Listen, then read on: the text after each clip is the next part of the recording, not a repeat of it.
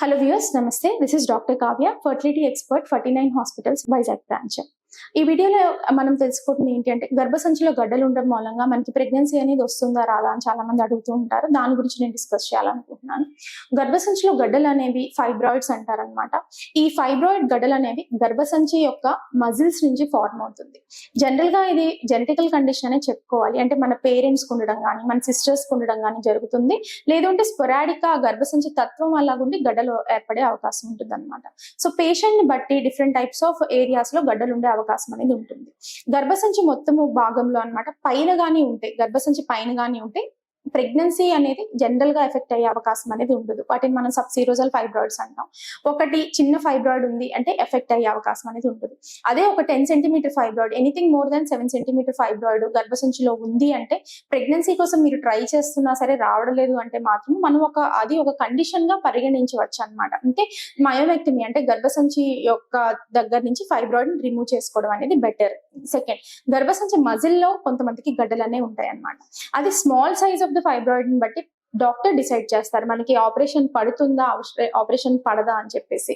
Okay, అంటే గర్భసంచికి దూరంగా ఉందా దగ్గరగా ఉందా అని చూసుకుని దాని సైజుని బట్టి ట్రీట్మెంట్ డిసైడ్ చేయడం అనేది జరుగుతుంది. ఎండోమెట్రియం కి దూరంగా ఉంది అంటే ఇంజెక్షన్స్ ద్వారా మనం 3 నుంచి 4 months దాకా ఇంజెక్షన్ ద్వారా సైజ్ ఆఫ్ ద ఫైబ్రాయిడ్స్ ని తగ్గించవచ్చు అనమాట.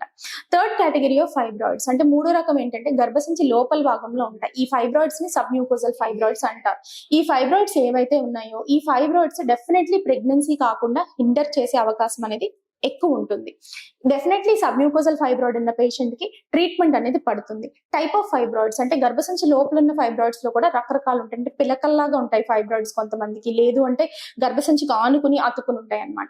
So any type of fibroid, submucosal fibroid ఉన్న పేషెంట్స్ కి ప్రెగ్నెన్సీ రావడలేదు అంటే మాత్రం ఈ పర్టికులర్ ఫైబ్రాయిడ్ ని ట్రీట్మెంట్ చేయించుకున్న తర్వాతే ప్రెగ్నెన్సీ అనేది ప్లాన్ చేసుకోవాలి. ఈ పర్టికులర్ ఫైబ్రాయిడ్ కి ట్రీట్మెంట్ అనేది సర్జరీ రూపంలోనే ఉంటుంది. మెడికల్ ట్రీట్మెంట్స్ అనేది సబ్మ్యూకోజల్ ఫైబ్రాయిడ్స్ పెద్ద పనికి రావు. సో ఈ పేషెంట్ కి ఒకవేళ ప్రెగ్నెన్సీ అయినా సరే గర్భసంచి లోపల ఉన్న భాగంలో ఫైబ్రాయిడ్ మూలంగా తర్వాత ప్రెగ్నెన్సీలో ఇబ్బంది అయ్యే అవకాశం అనేది ఉంటుంది అనమాట. ఇవి డిఫరెంట్ ఫైబ్రాయిడ్స్. సో పేషెంట్ కి ఏంటంటే ఫైబ్రాయిడ్ ఉన్నప్పుడు చాలా సార్లు ప్రెగ్నెన్సీ కోసం ట్రై చేయండి న్యాచురల్ గా వస్తుంది అని చెప్తూ ఉంటారు. బట్ మనం ప్రెగ్నెన్సీ ప్లాన్ చేసుకుని మినిమం 4 నుంచి 5 months ట్రై చేసాము, ప్రెగ్నెన్సీ రావడలేదు అంటే మాత్రం ఫైబ్రాయిడ్ ఉన్న వాళ్ళు కరెక్ట్ గా ట్రీట్మెంట్ అనేది పొందడం అనేది వెరీ ఇంపార్టెంట్ అనమాట. ఎందుకు అంటే ఈ ఫైబ్రాయిడ్ అనేది స్లోగా సైజ్ ఇంక్రీజ్ అవుతూ ఉంటుంది అనమాట. అంటే ఎంత స్లోగా, very slowly it will be increasing in size. అదే పెద్దదైన పక్షంలో అయితే, పెద్ద ఫైబ్రాయిడ్ స్లోగా అవుతున్నట్లయితే మాత్రం దాన్ని ఖచ్చితంగా సర్జికల్ గా రిమూవ్ చేయాల్సిన అవసరం అనేది ఉంటుంది. లేదు కొంతమందికి ఏంటంటే మల్టిపుల్ ఫైబ్రాయిడ్స్ ఉంటాయి, గర్భసంచి మొత్తం ఫైబ్రాయిడే ఉంటుంది. ఓకే, అట్లాంటి పేషెంట్స్ కి ఏం చేస్తారు అంటే minimum number of the fibroids, size of the fibroids చూసుకుని కొన్ని ఫైబ్రాయిడ్స్ సర్జికల్ గా రిమూవ్ చేయడం అనేది కుదురుతుంది, కొన్ని ఫైబ్రాయిడ్స్ ఆపరేషన్ ద్వారా రిమూవ్ చేయడం అనేది కుదరదు. సో వీళ్ళకి కంబైన్ ట్రీట్మెంట్ అంటే సర్జరీ ప్లస్ మెడికల్ ట్రీట్మెంట్ రెండు ద్వారా ఈ ఫైబ్రాయిడ్ సైజ్ ని ష్రింక్ చేయడము, ఫైబ్రాయిడ్ సైజ్ కొన్ని ఫైబ్రాయిడ్స్ ని తీసేయడం ద్వారా వీళ్ళకి ప్రెగ్నెన్సీ అనేది ప్లాన్ చేసుకునే ఎబిలిటీ ఉంటుంది. నెక్స్ట్ కామన్ గా అడిగే క్వశ్చన్, ఫైబ్రాయిడ్స్ ఉన్నాయి మనం ఐవీఎఫ్ కి వెళ్ళిపోవాలా, న్యాచురల్ గా ట్రై చేయాలా, ఐయుఐ? పేషెంట్ కండిషన్ ని బట్టి అంటే వయసు, patient married life of the patient బట్టి ట్రీట్మెంట్ అనేది ఉంటుంది. అలాగే హస్బెండ్ ఫ్యాక్టర్ మీద కూడా ఆధారపడేసి ఉంటుంది అనమాట. అంటే మినిమం చిన్న ఫైబ్రాయిడ్స్, ఎర్లీ మ్యారేజెస్, చిన్న పిల్లలు, ప్రాబ్లం ఏమీ లేదు అంటే న్యాచురల్ గా ట్రై చేసుకోవచ్చు, ఐయుఐ పద్ధతిలో ట్రై చేయొచ్చు. ఒక పేషెంట్ మోర్ దాన్ 32 years అయిపోతుంది, మేల్ ఫ్యాక్టర్ లో కూడా ప్రాబ్లం ఉంది, ఆల్రెడీ న్యాచురల్ గా కానీ ఐయుఐ పద్ధతుల్లో కానీ అయిపోయాయి, ఇప్పుడు మేము సర్జరీకి వెళ్ళాం మేడం నెక్స్ట్ ఏంటి అని అడుగుతుంటారు. ఈ పర్టికులర్ పేషెంట్ కి ఏంటంటే 2 to 3 months ట్రై చేసిన తర్వాత అవ్వకపోతే కానీ ఈ పర్టికులర్ పేషెంట్ అనేది ఐవీఎఫ్ పద్ధతి ద్వారా ట్రీట్మెంట్ తీసుకోవడం అనేది మంచిది అనమాట. ఇవి మీరు ఫైబ్రాయిడ్స్ గురించి తెలుసుకోవాల్సినవి.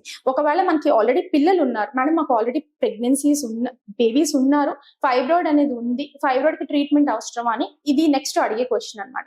పిల్లలు ఆల్రెడీ ఉన్నట్లయితే మీకు సింటమ్స్ ఏమీ లేవు, ఫైబ్రాయిడ్ మూలంగా ఎటువంటి సింటమ్స్ అంటే ఎక్సెసివ్ బ్లీడింగ్ కానీ పెయిన్ కానీ అట్లాంటివి ఏమీ లేకపోతే, ప్రెగ్నెన్సీ రిలేటెడ్ ఇష్యూ లేకుండా ఉంటే ఓన్లీ సింటమాటిక్ ఫైబ్రాయిడ్స్ మాత్రమే ట్రీట్ చేస్తారు. ఎసిమ్టమాటిక్ ఫైబ్రాయిడ్స్ సైజ్ మీద ఆధారపడేసి ఉంటుంది అన్నట్టు. పెద్ద సైజ్ ఫైబ్రాయిడ్ అయితే రిమూవల్ అనేది చేస్తారు. మినిమం మోడరేట్ సైజ్ ఫైబ్రాయిడ్స్ అయితే మాత్రం మెడికల్ గా ట్రీట్మెంట్ చేసుకోవచ్చు. ఇఫ్ యూఆర్ ఎసిమ్టమాటిక్ అంటే సింటమ్స్ ఏమీ లేకపోతే ఫైబ్రాయిడ్ అనేది ఏమీ డ్యామేజ్ అయితే కాజ్ చేయదు. సో దాన్ని యూజువల్లీ 1 year ఒకసారి ఫాలో అప్ చేసుకోవడం అనేది మంచిది అనమాట. Thank you viewers.